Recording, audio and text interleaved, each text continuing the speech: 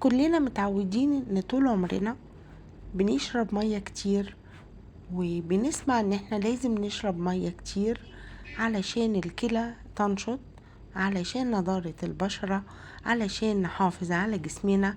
الماء علاج. الأبحاث كتير تصدرت جميع المواقع والأبحاث في الفترة الأخيرة بتقول ان تناول الماء بكثرة يؤدي إلى عرقلة في وظيفة المخ.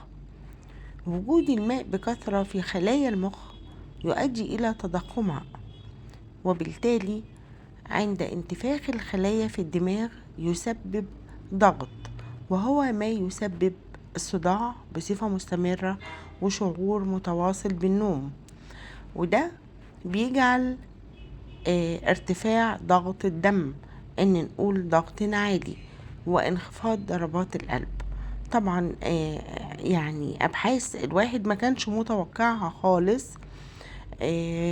في الاونة الاخيرة كنا دايما كتير قوي مننا جسمنا تعبان ومنهك، صداع جامد، بنقول من الشغل، البرد، تضاربات الحياة.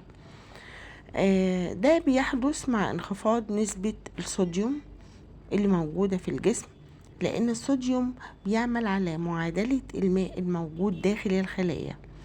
فعند الإفراط في شرب الماء، لما نشرب مية كتير قوي بينخفض الصوديوم، بالتالي الماء بيدخل في الخلايا بدلا من الصوديوم، وبيسبب في انتفاخ الخلايا دي، وبيعرضنا للإصابة بالصرع لا قدر الله، أو غيبوبة أو موت مفاجئ.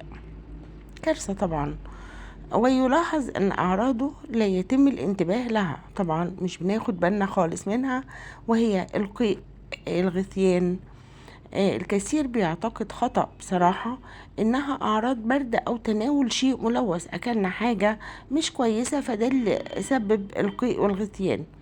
ايضا الكميات المفرطة من الماء تجعل الكلى عاجزة على طرد السوائل الزائدة، وبتبدأ في التجمع داخل الجسد، وبيسبب القيء والغثيان زي ما قلنا، وصداع مستمر، ويؤدي إلى تضخم يؤثر على المخ وصعوبة في التنفس.